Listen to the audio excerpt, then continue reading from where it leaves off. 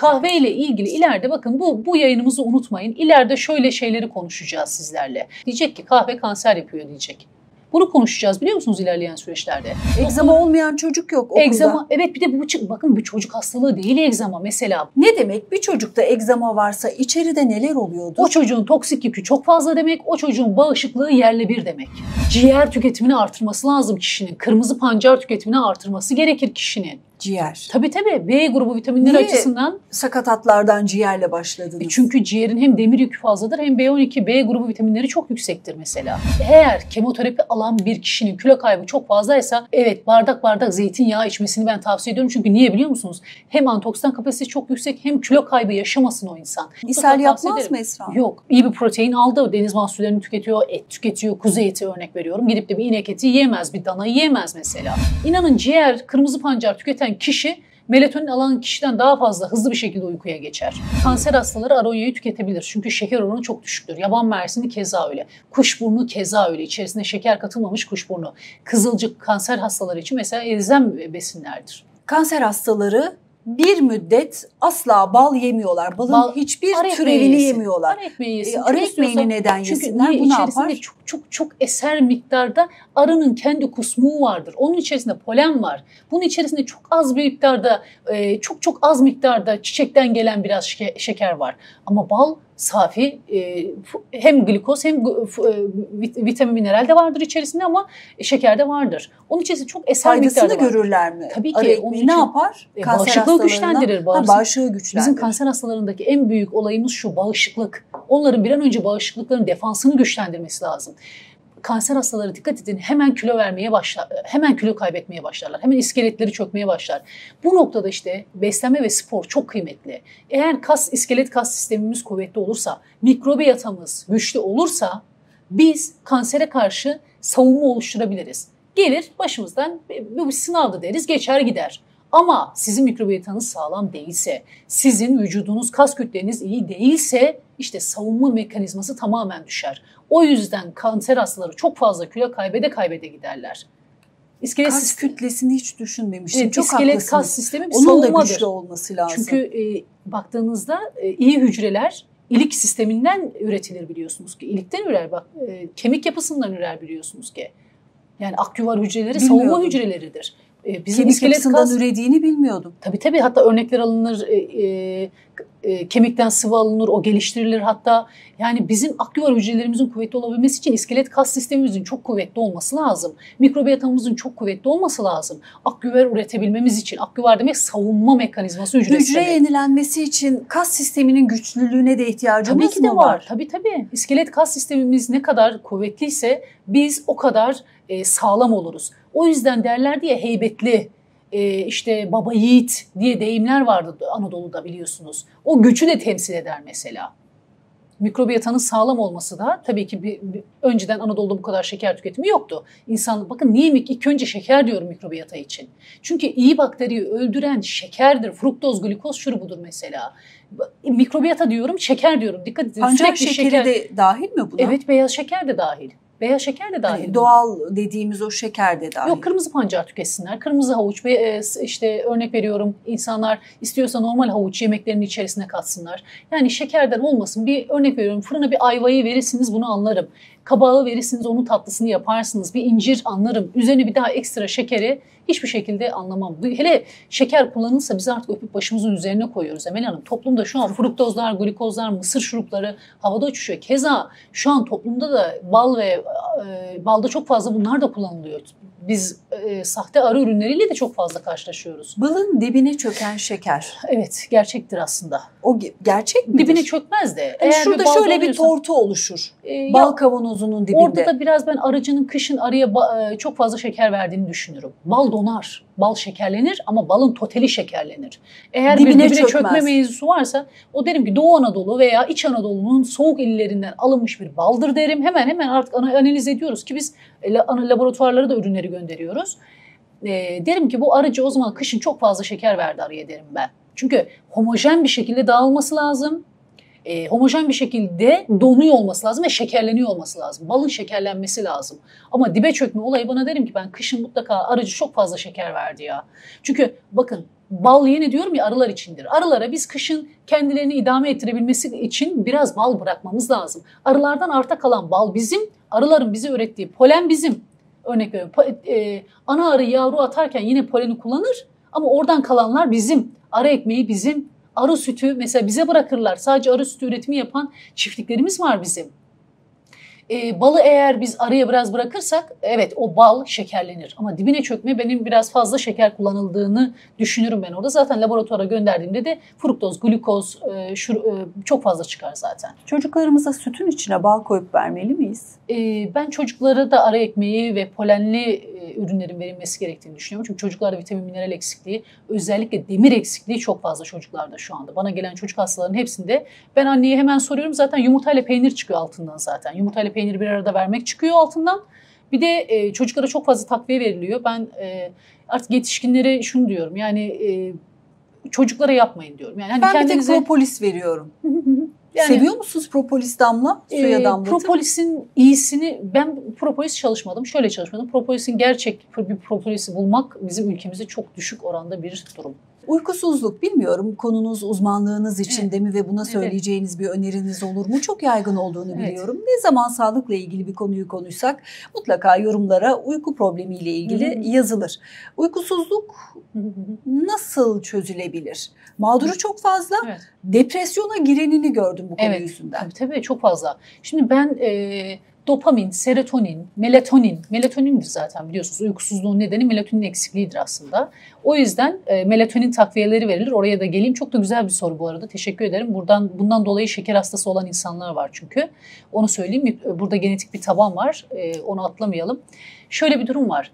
Melatonin de, serotonin de, oksitosin de, dopamin de bunların hepsi bağırsakta sentezlenir. Yani sizin mutlu olmanız da, uyumanız da bunlar bağırsakla çok ilişkilidir. Burada değil yani. Detoksifikasyon ve bağırsak. Ben bağırsağın beyni yönettiği sistemler var Emel Hanım. Yani beynin farkında olmadan bağırsak beyni yönettiği sistemler var. Şimdi eğer bağırsakta çok fazla kötü bakteri varsa zaten kabızlık da buradan olur. Kabızlık birinci nedeni kabızlığın susuzluktur bu arada. Hani insanlar der ya ben yemek yediğimde şişiyorum falan. Orada kötü bakteri çok fazla artmıştır. Geçirgen bağırsak vardır. Aslında geçirgen bağırsak problemi vardır aslında o kişide. O kişi farkında bile değildir. Vay işte şunu karıştırırsam geçer falan bunların hepsi hikaye. Kişi sağlıklı beslenmeyi öğrenecek. Su tüketimini öğrenecek. Eğer orada bir toksik yük varsa da o toksik yükü gidermeyi öğrenecek. İşte arı ekmeği bu noktada çok faydalıdır. Melatonin eğer iyi bakteri sayısı yoksa bağırsakta işte Lactobacillus reuteri yoksa Akkermansia gibi türevler yoksa melatonin üretilmez. Melatonin üremezse bu kişi uykuya geçemez. Yani uykusuzluk çok fazla yaşanır. Bizim toplumumuzda dikkat edin. Bakın bağırsaklarımız bozuldu, uyku da bozuldu. Bağırsaklar bozuldu, stres arttı. Bağırsaklar bozuldu, depresyon arttı. Çünkü serotonin üremiyor. Ne stresliyiz, kaygılıyız, metilasyonumuz da bozuk. İyice stres kaygı sahibiz. Şimdi bir melatonin üremiyor, 2 metilasyonumuz bozuksa bizim kesinlikle uykuyla ilgili sıkıntı yaşarız biz. O yüzden bu kadar magnezyum malatlar, magnezyum sitrazlar arttı işte. Bu kadar B grubu vitaminleri arttı. Aslında nedeni bir bağırsakta kötü bakteri olması. Yani sadece ben B grubu vitamini alır da uykuya geçmeye çalışsam da yeterli gelmez. Bu geçici bir bypass'tır. Benim ilk önce bu melatonini artırmak için iyi bakterinin sayısını artırmam gerekiyor. Yani sağlıklı beslenmeyi öğrenmem gerekiyor. Bu işler sadece takviyeyle olmaz. Bir şey alacağım da çözülecek değil. Geçici bir çözüm olur bu. Melatonini artırabilmem için benim akşam yükümün az olması gerekiyor. Bağırsaklarımın sağlıklı olması gerekiyor. İyi bakterilerin sayısının artması gerekiyor mesela. Antibiyotiklerden uzak durmam gerekiyor. Sağlıklı beslenmem gerekiyor. İyi su tüketmem gerekiyor. Ve bağırsaklarımı biraz rahat bırakmam gerekiyor. Gece geç saatlerine kadar yemek yememem gerekiyor. Bir de melatonin kullanmanın yerine kişi şunu yapabilir. Mesela Yasemin, papatya. Bu çaylar mesela insanların hem sinirini yatıştırır, melatonin yükü fazla, histamin yükü fazla olan gıdaları tüketmemeli mesela kişi. Olgunlaşmış peynir tüketmemeli, yoğurt süt türevlerini tüketmemeli mesela. Turşu, alkol. Sevmiyor musunuz? Ben takviye olarak kesinlikle melatonin sevmiyorum mesela. Çünkü niye biliyor musunuz? Melatoninin fazla kullanımı insülin sistemini bozuyor. İnsülinin bozulması da insülin direnci ve tip 2 diyabeti tetikliyor. Melatonini yoğun kullanan kişilerde diyabet hastalığı ortaya çıkıyor. Bize böyle gelen bir sürü hasta var. Bir bakıyoruz. Derdim birken iki oluyor. İki oluyor. Yani demek derdim uykusuzluk diye başladık. Şeker hastası bir de oluyor. Şeker hastası. Aynen öyle. Yani bu iş sadece takviyeyle çözülecek iş değil. Sağlıklı beslenmeyi öğrendiniz. Bakın bu yine diyorum bağırsaktaki iyi bakterileri ilk başta şeker öldürür. Lütfen bu şeker ve tatlı paketli gıdalardan yani renklendirici, tatlandırıcı, koruyucu bu tarz şeylerden uzak duralım. Daha anam babam usulü tencere yemeklerin tüketildiği, hareketliliğin fazla olduğu, su tüketiminin fazla olduğu sistemler melatoninin devreye sokar. Kaygı bozukluğu, stres bozukluğu da uykusuzluk yapar. Bu noktada kişinin metilasyon döngüsüne bakması lazım. Vücuduna B grubu vitaminleri, ara ekmeği alması lazım. Yani örnek veriyorum ciğer tüketimini artırması lazım kişinin. Kırmızı pancar tüketimini artırması gerekir kişinin. Ciğer. Tabii B grubu vitaminleri açısından. Sakatatlardan ciğerle başladınız? Çünkü ciğerin hem demir yükü fazladır hem B12, B grubu vitaminleri çok yüksektir mesela. Kırmızı pancar tüketmesi lazım. İnanın ciğer, kırmızı pancar tüketen kişi melatonin alan kişiden daha fazla hızlı bir şekilde uykuya geçer. Çünkü histamin yükünü azaltır. Gerçekten böyle. Hem de şeker hastası olmaz. Akşam mı yesin ciğeri? Yani akşam gün içerisinde yiyebilir. Bir öğle yemeğine koyabilir örnek veriyorum. Ciğer, kırmızı pancar. Evet bunlar mesela müthiş bir şekilde çörek otu mesela müthiş bir şekilde ne yapar? Histamin yükünü azaltır. Mesela bu kişinin olgunlaşmış peynir yememesi gerekiyor. Tekrar söylüyorum. Alkolden uzak durması lazım. Bu histamin yükünü çok artırıyor. Ve gençlerimizin çoğunda inanın ki çok fazla alkol tüketimi var. Sigara müthiş bir şekilde. Kafein. Dünyada bu arada kafein de çok fazla. Zaten kafein çok büyük bir problem bağırsaklar için. Ben zaten bu kahve şirketlerinin ve bu kadar çok kahvenin olmasını açıkçası bir topluma yapılmış en büyük kötülüklerden biri olarak görüyorum. Organize bir iş gibi. Organize bir iş gibi. Bu kadar kahve tüketiminin olması, bakın bizim ileride ben iddia da ediyorum Emel Hanım, vücuttan kahve çok fazla diüretik olduğu için, vücuttan su attığı için vücut enflamasyonu artırır. CRP'yi pik yapar. Vücuttan suyu atar, hücrenin kullanacağı suyu engeller ve enflamasyonu artırdığı için işte hücrelerin yapısını bozup ilerleyen süreçte kansere kadar gider diye makaleler yayınlanacak ülkede. Bizim kahvemiz Türk kahvesi de yapar mı? Bir tane içtiniz hiçbir sorun yok ama 2, 3, 4 ne kafeinin fazla. 2 de anlaşalım. Yani bol bol su içiyorsanız evet. 2. Ama örnek veriyorum işte 3, 4 akşama kadar bu kadar kahvelerle gezen bir toplum var. Kahveyle ilgili ileride bakın bu yayınımızı unutmayın. İleride şöyle şeyleri konuşacağız sizlerle. Veya gelecek bir başkası benim yerime anlatacak. Diyecek ki kahve kanser yapıyor diyecek. Bunu konuşacağız biliyor musunuz ilerleyen süreçlerde. Bir de bu kahveler şöyle düşünün yurt dışından geliyor. Aromalar var. Aromalar yine onların yanında masum bile kalıyor diyeyim ben size. Yurt dışından düşünün siz Kolombiya'dan kahve geliyor. Tırlarla kahve geliyor. O kahveler 1000 tane koruma, ilaçlama, farelerden arınacak, gemide bir şey gelmeyecek. 1000 tane ilaç katılıyor mu? Bir toksik yük oradan geldi mi bir kanser yapar. Bakın bu yayınlar çıkacak bu arada ileride. 2 vücuttan çok fazla su attığı için inflamasyonu artırır. Yine yayın çıkacak. Vücutta inflamasyonu artırdığı için bu hastalıklara neden olabilir diye yayınlar çıkacak mesela. Bir toplum yahu yine diyorum endemik bitki çeşitliliği bu kadar fazla olan yani 1001 çiçeğin olduğu bir toplum bitki çayı içmiyor. Bakın bizde olan bitki dünyanın hiçbir yerinde yok Emine Hanım. Bu kadar bitkinin içerisinde bizimkiler sadece kahve ve siyah çay içiyor. Yani insanın aklı almıyor. Düşünseniz Yasemin'i var, papatyası var, ekinizyası var. Ya bizde olan bitki kimsede yok. Ve biz bu bitkilerin hiçbirini içmiyoruz Emel Hanım. Biz gidip siyah çay ve kahve içiyoruz. Ara ürününü de yemiyoruz. Bunu da Jennifer Lopez'e kaptırdık. Evet. Bizler bal tüketiyoruz. Düşünün bizim ülkemizde sadece bal kaldı. Ara ürünlerin hepsini biz ihraç ettik. Şimdi artık bal da kalmadı. Balın yerine çikolata aldı. Anneler çocukların ekmeklerine çikolata sürüyor. Bal yerine çikolata sürüyor. Ki doğru. Çikolata yerine bal sürmeleri. Balı da kaybettik. Hani balın diyorum ya ara ürünlerin en az kıymetli ürünüdür. Sıralamada en alttaki ürün. Hadi ona bile razı olsak o bile yok. Aynen öyle. Sonra 52 yaşında Jennifer Lopez sahnede güm güm gümletirken bizim 20 yaşındaki gencecik insanımız karnı davul gibi ben ne yedim de şiştim diyerek ortalarda ve ilaçlarla ayakta durmaya çalışıyor. Takviyelerle. Takviyeleri influence ediyor. Bizim 20 yaşındaki gençlerimiz takviyelerle ayakta durmaya çalışıyor. Beslenme yok, ara ürünleri yok hayatında. Yurt dışındaki insanların takviye kullanımı yok.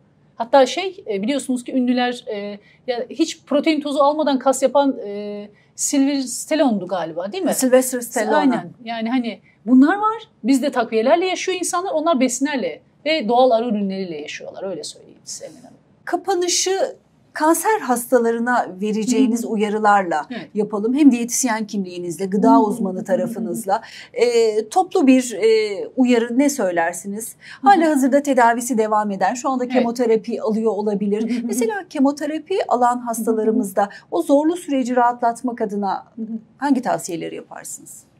Şimdi kemoterapi alanlarda iştah kaybı biraz fazla oluyor. O noktada en az besinle en fazla besin değerine ulaşması gerekiyor kişinin. Bu noktada mesela ara ekmeği, yumurta, balık ve deniz mahsullerine ağırlık vermesi gerektiğini düşünüyorum ben. Mesela daha steril bir alana geçmesi gerektiğini ve hayatına kesinlikle tatlıları sokmaması, karbonhidrat alabiliyorsa da doğal karbonhidratları alması gerektiğini düşünüyorum. Çünkü kanser başlı başına bir beslenme içerir çünkü. Yani en az, çünkü çok az yerler bu arada. O az yediklerinde de en iyi besinleri almalarını istiyorum. Mesela yağlı tohumları mutlaka gün içerisinde bir kabak çekirdeği, ceviz, fındık, fıstık bunları mutlaka beslenmelerine koymak gerekir. Yiyecekse mutlaka iyi bir mevsim balığı, kronobiyolojik bir beslenme mutlaka öneriyorum. Yani gidip kuru meyveler yemek yerine mevsimine uygun meyveler tüketimi çok elzem. Örnek veriyorum şu anda. Meyve yiyebilirler mi? Evet. Şekeri düşük meyveleri yiyebilirler. Mesela örnek veriyorum kırmızı meyveler. Bunları tüketebilirler. Bazı uzmanlar kanser hastalarının meyve yemesini de yasaklıyor. Yok, onların demek istediği şey şu. Bir kere onların temiz ürünlere maruz olması lazım. Çünkü bağışıklık düşük olduğu için en ufacık mikroptan bile zarar görürler. O noktada demek istedikleri şey şu. Bu kadar tarım ilacı varken meyve yemesinler demeye çalışıyorlar. Onlar sorun meyvede değil, tarım ilacında. Evet, sorun tarım ilacında. İyi temizlenmiş olması gerekiyor. Eğer kişi 15-20 dakika karbonatlı suda beklettikten sonra iyice durularsa evet tüketebilir. Hiç yemediği noktalarda da bu sefer posadan kaybederiz. Bağırsaktaki defansımız azalır bu noktada. Dediğim gibi yine probiyotik, prebiyotik kaynakları olarak ara ürünleri, ara ekmeğinden ulaşabiliyorsa ulaşsınlar. Ulaşamıyorlarsa mutlaka bir probiyotik bir yapı oluştursunlar. Bu noktada işte tatlılardan uzak durup olabildiğince balık, deniz mahsulleri, sebzeler, zeytinyağlar. Mesela eğer kemoterapi alan bir kişinin kilo kaybı çok fazlaysa evet bardak zeytinyağı içmesini ben tavsiye ediyorum. Çünkü niye biliyor musunuz? Hem antioksidan kapasitesi çok yüksek hem kilo kaybı yaşamasın o insan. Yağın kalori miktarı çok yüksektir. Bu noktada yağ çok değerlidir. Mesela o kişinin tereyağı mutlaka iyi bir kaynakla tereyağı bulduysa, temiz bir tereyağı bulduysa kilo kaybını istemiyorum. Bu noktada kilo kaybını yükseltmek için yapıyorum. Zeytinyağı tüketimi affedersiniz. Biraz fazla olmasını tavsiye ederim yani. Bağırsakları hızlandıracağı için.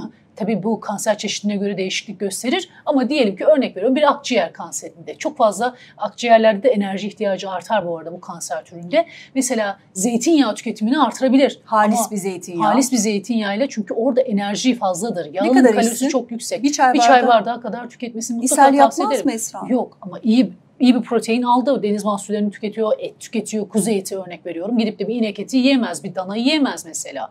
Bunu tüketiyorsa hiçbir sorun yok. Bol bol zeytin verirdim ben. İyi temizlenmiş yeşillikleri muhakkak verirdim. Tereyağı muhakkak verirdim. Balık, kuru baklagillerden yeşil mercimeği muhakkak verirdim mesela kanser hastalarına.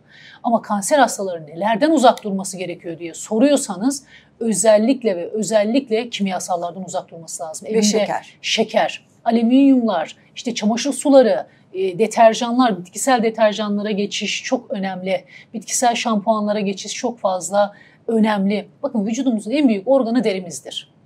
Daha büyük bir organımız yok. Bizim en büyük organımız derimizdir. O derilerde egzamayla uğraşıyor şu aralar. Evet, yani siz şu anda elinizi yıkadığınız deterjandan tutun saçınızı yıkadığınıza kadar, yüzümüze sürdüğümüzden çamaşırlarımızı yıkadığımız deterjanlara kadar kimyasallardan uzak olmamız lazım. Bakın bize bu tarım ilaçlarını veren firmayla bu deterjanları yapan firmanın sahibi aynı biliyor musunuz? O firmanın ilaç şirketi de var bu arada. Yani otomatik olarak bitkisel. Yukarıdan aşağıya, sağdan sola amblemi de var. Evet, aynen öyle. Ve bitkisel deterjanlara, bulaşık deterjanlarının yine bitkisellere. Bakın bu kişi örnek veriyorum kendini diyelim ki zarardan korumaya çalışıyor ama bulaşık deterjanını çok fazla kullanıyor. Bakın bu da yine bağışıklığını düşürür mesela. Bulaşık makinesinde çamaşır suyu damlattığını bile biliyorum ben yumurta kokmasın diye. Evet, kesinlikle. Sorunca da diyor ben 2 kere yıkıyorum. Yok yetmez ki. Tonlarca su akıtmanız gerekiyor ki çamaşır suyunu arındırasınız. Ya bu ülkede ilkokullarda çocuklar için çamaşır suyu reklamı yapıldı Emel Hanım. Çocukların lavabolarında bu kullanılıyor diye reklam yapıldı. O çocukların hepsi baktığınızda astımı var, örnek veriyorum solunum yolu enfeksiyonları çok fazla hastalandı bu çocuklar. Hepsi alerjik, dikkat edin. İşte bu ürünlerin hepsi alerjiyi tetikler. Histamini patlatır işte bunlar. Metilasyon döngüsünü bozar bu kimyasalların hepsi bozar. Kimyasallardan uzak kalması lazım. Alüminyumlar, mikroplastikler, içtiğimiz suda bile var. Olabildiğince uzak durmamız lazım, evimizden uzaklaştırmamız lazım. Çocuklarımızı korumamız lazım. Bir çamaşır suyu markası ilkokullar için sponsor oldu biliyorsunuz. Evet. Evet, ben mesela çok üzüldüm biliyor musunuz? Sponsor oldu. Yani ben dedi para istemiyorum. Benim malzemelerimle çocuklarımız temiz tuvalet kullansınlar dedi. Aynı grubun kendi ilaç şirketi var. Çocukların hepsi de bütün sene boyunca alerji oldu, öksürdü, tıksırdı. Hepsi hasta oldu. Hepsinin alerjileri çok fazla arttı. Bakın histamindir biliyor musunuz alerji? Ve egzama olmayan çocuk yok okulda. Egzama, evet bir de bakın bir çocuk hastalığı değil egzama mesela. Bu olamaz mesela. Ben çocuklar konusunda çok hassasım. Benim bu ürünleri üretmemin sebebi de çocuklar biliyor musunuz? Ben bunları sonradan çalıştım. Benim ilk çalıştığım ürünler bunlar da çocuklar içindi. Egzama çocuk hastalığı değil mi? Değil, olamaz. Bir çocukta egzama olması mesela beni müthiş mesela yaralayan bir şey mesela. Hemen dediğinizi çürüteceğim. Atopik egzama var. Yani çocuklar daha doğrusu bebekler egzamalı doğuyorlar işte, günümüzde. Çünkü niye adına da atopik egzama deniyor. Niye biliyor musunuz? Anne o kadar toksik yüke maruz kalmış ki, fetüs o kadar çok toksik yüke maruz kalmış ki, bir de biliyorsunuz ki sezaryen doğumlarda çocuk anne rahminden çıkarken annenin tam aşağıya doğru inerken lümenden aşağı indi, vajinanın orada alması gereken iyi bakterileri alamadığı için çocuk alerjilere daha açık hale geldi. Çocuğun histamin patlamaları oluyor çünkü evde her şey kimyasallarla, yerler çamaşır sularla siliniyor. Kimyasal yok çok fazla. Çocuk akşama kadar örnek veriyorum kimyasal şeylerle besleniyor. Tatlandırıcılar, koruyucular, renklendiriciler ve bu çocuk tabii ki de egzama olur. Ama bu yetişkin hastalığıdır. Çocuk hastalığı değil. Evet, biz egzamayı çocukla şu an konuşuyor olmamız korkunç bir şey bizim. Ne demek? Bir çocukta egzama varsa içeride neler oluyordur? O çocuğun toksik yükü çok fazla demek, o çocuğun bağışıklığı yerle bir demek. O çocuğun metilasyon döngüsü çalışmıyor, histamin yükü çok fazla demek. Yani bizim bunları çocuklarda zaten otizmde bakın, otizm histamin yüküyle çok alakalıdır, metilasyonla çok alakalıdır. Yani bu çocukların beslenmesini acil düzeltmemiz ve gerçekten yani bir an önce bağırsaklarını ve bağışıklığını kuvvetlendirmemiz lazım. Çocukların eline şeker, tatlı, o paketli gıdaların hiçbirini vermememiz lazım. Anneler ve babalar bu noktada çok bilinçli olması lazım. Ya çocuklarınızı vermek istiyorsanız bal yedirin. Tatlı yedirmek istiyorsunuz değil mi? Çikolata yerine bal yedirin mesela. Arı ekmeği yedirin mesela. Ağızlarına probiyotik tıkıyorlar ya. Arı ekmeği yedirin mesela. Yani bunları yapabilirler. Olabildiğince çocuğa tencere yemekleri, masa kültürünü öğretebilirler. Bu noktada ben mesela çok üzülüyorum. Yahu anaokullarında bile çocuklara kek poğaça veriyorlar Emel Hanım. Evet doğru söylüyorsun. Çocuk olunca ben bu noktada çok pik oluyorum. Kusura bakmayın. Çok iyi yaptınız. Çok faydalı bilgilerdi. Ben meyveyi soracağım. Orada muhtelif görüşler olduğu için. En sevdiğiniz uzman olarak tabii lezzet olarak değil. Dönem dönem popüler isimler oluyor. İşte haber bülteni sunduğum zamanlarda altın kiraz vardı zayıflatıyor diye. Aman Allah manavlarda altın kiraz kalmamıştı. Evet, son dönemde de çok güvendiğim uzmanlardan Saracoğlu bunlardan biri. Evet. Aronya'yı çok duydum. Evet. Antosiyenin içeriği çok kuvvetli. Evet. Doğru. Sizin mucizevi diye nitelendirebileceğiniz dönemin tespit edilmiş, onaylanmış sizin de en sevdiğiniz meyve hangisi? Şimdi antosiyaninler vücuttan toksik yükü çok fazla uzaklaştırdığı için ben kendi ürünümde de, longevity ürünümde de çünkü toksik yükü uzaklaştırıp hücreyi yenilemeyi ve temizlemeyi, gençleştirmeyi hedeflediğim için aronya kullandım. Antioksidan demek de damar yollarını genişleten, bizi rahatlatan, sakinleştiren, evet serbest radikalleri de uzaklaştıran demek. O noktada da baktığımızda yaban mersini ve ben kuşburnu derdim. Yani aronya derdim, yaban mersini derdim. Evet, şimdi Doğu Karadeniz'de de yetişiyor. Ama kuşburnuyu, canım kuşburnuyu yani ülkemin kuşburnusunu da mutlaka dillendirirdim. Çünkü çayı da dahil mi? Kızılcığı ve kuşburnuyu da söylerdim. Bu arada bunların hepsi aynı aileden. Kuşburnuyla kızılcık aynı değil mi? Aynı aileden. Yok değil. Değil mesela kızılcık ayrıdır. O da bir meyvedir. Kuşburnu da ayrıdır. Çayı yapılır. Kışın mesela işte tarçın ve karanfille çayı yapılır. O da kırmızıdır. Antioksidan kapasitesi çok yüksektir. Onun da antosiyanin içeriği çok yüksektir. Ama aronya şu anda antosiyanin oranı en yüksek kırmızı meyvedir. Ben ondan sonra yaban mersiniyle kuşburnuyu aynı tutuyorum. Sonrasında kızılcık geliyor. Yani ben kızılcıkla kuşburnu tüketiminin çok fazla olması bu toplumda yine çok katkı sağlayacağını düşünüyorum insanlara. Çünkü içerikleri çok yüksek. Bu aralar ben de aronyaya taktım. Evet. Tadı biraz kekremsi Buruk, evet. ama şifa niyetine Evet, gönderiyorum mesela içeriye. kanser hastaları aronyayı tüketebilir. Çünkü şeker oranı çok düşüktür. Yaban mersini keza öyle. Kuşburnu keza öyle. İçerisine şeker katılmamış kuşburnu. Kızılcık kanser hastaları için mesela elzem besinlerdir.